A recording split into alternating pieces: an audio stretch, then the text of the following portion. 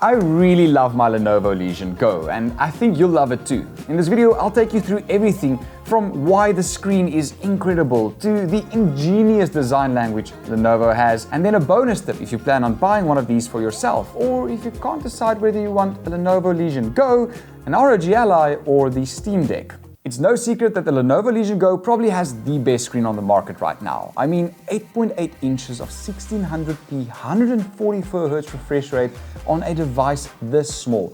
That's QHD gloriousness. The thing is, it's not just a gaming device. You can watch movies on it too. Flip out the kickstand and you're good to go, or connect a mouse and a keyboard and you can knock out some schoolwork too. The second thing I really love about my Lenovo Legion Go is the detachable Truestrike handles. It kind of gives it a Nintendo Switch feel, but there's a little bit more to them. Notice how the button layout is a little bit different. That's because if you take this little magnetic cover you get included in the box that comes with your device, you turn your remote into mouse mode. It's a cool feature. I don't know why you'd want to do that. It's funky and really not very intuitive. However, it is a cool feature, and you now have a mouse with gyroscope inside of it.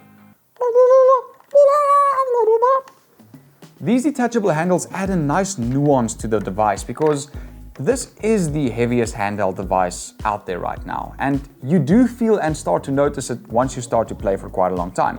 So being able to detach them and play with them is a nice add-on and something that I really like. The third thing I really like about my Lenovo Legion Go, and this is probably the best thing about the Lenovo Legion Go, is this. The two 4.0...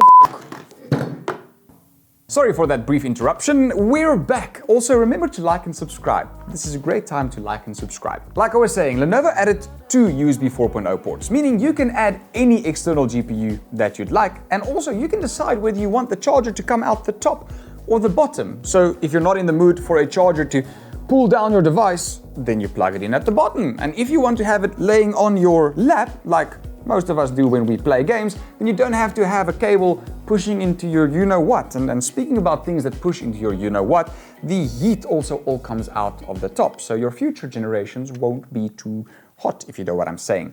That's a nice add-on. I've also heard that the SD card slot that comes with the Lenovo Legion Go, well, it doesn't melt your SD card, which is very good news.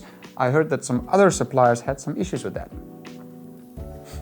SD card slots on these devices are really cool, but the ports are never fast enough to actually load games onto the SD card, so you'll always have to have your games on board. And with 512 gigabytes of built-in, you don't really need anything more than what you already have. And if you're really lucky, I know some places in the world have 1 terabyte versions of this device. You can get that. I never felt the need to have more space on mine, but it is possible. One big downside of all of these devices is user interface, the software. The fact that you have Windows on this thing, the keyboard never pops up when you want it to. It just never works properly. Luckily, Lenovo figured something cool out for us with this trackpad. This trackpad really is nice. It makes everything so much easier to go through. It basically turns your Lenovo Legion Go into a mini laptop, and with the 16 gigabytes of RAM that you get and the AMD Ryzen Z1 Extreme powering it all, this thing really feels snappy and smooth, and don't get me wrong, it's the exact same processor that the ROG Ally has inside of it. However, this just feels a little bit more snappy, and I think it's because of how easy it is to use the interface. Not that I'm saying the interface is easy to use, I'm just saying it's better. I hate this portable devices interface, and I'll make a separate video on that. Moving on to the battery life. That's the sixth thing I really love about my Lenovo Legion Go. It's 49 watt-hour battery. That's 25% bigger than our competitor that I just spoke about. 25%. And if you've watched my review on We Do Tech, how cool is the cover? If you've watched my review on the ROG Ally, you'll know that my biggest issue with these devices, besides the software, is battery life. What's the use of having a portable device if you have to have it plugged in all the time? The thing is, Windows basically think that these portable devices are just funky laptops, so it treats them as such and draws the power out of them as if there's an endless supply of power. In the beginning, when I had my Lenovo Legion Go, I basically charged it to full, put it on my bedside table, and 6 hours later, I'd have 40% less battery in it. And I've actually seen some reports of guys putting it in their backpacks overnight, and then when they wake up, it's empty, completely empty. That's crazy. And it's all just because they're trying to push Windows, full-fledged Windows onto them.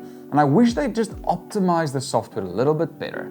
But I'm just complaining about a bunch of nonsense. The devices are good, the games, fantastic, FPS, very high, gameplay, smooth, quality of the screen, great. Nothing to complain about. It's just, I'm nitpicking here. Over time, they'll obviously optimize the software for them. I just wish it'd come a little bit sooner. I did a professional battery test yesterday on my Lenovo Legion Go just to get you some real stats. And by just leaving it on YouTube, it lasted 6 hours and 50 minutes. I charged it again and did a stress test where I basically played Call of Duty for as long as I can on 60 frames per second, and I got 2 hours and 56 minutes out of it. And that's respectable for a portable gaming device. And yeah, if you pump it to max settings, obviously it'll drain it much quicker.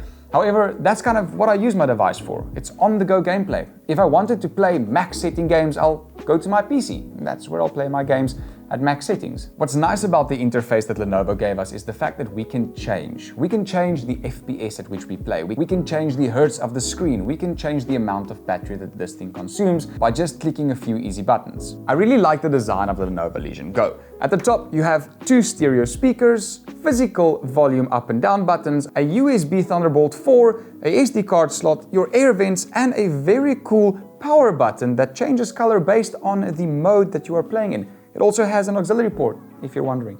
At the bottom, you have another USB Thunderbolt 4. You have your FPS mode button switch on the right-hand handle with your charging port. You also have a nice kick-out stand, and on your left-hand side, you have buttons.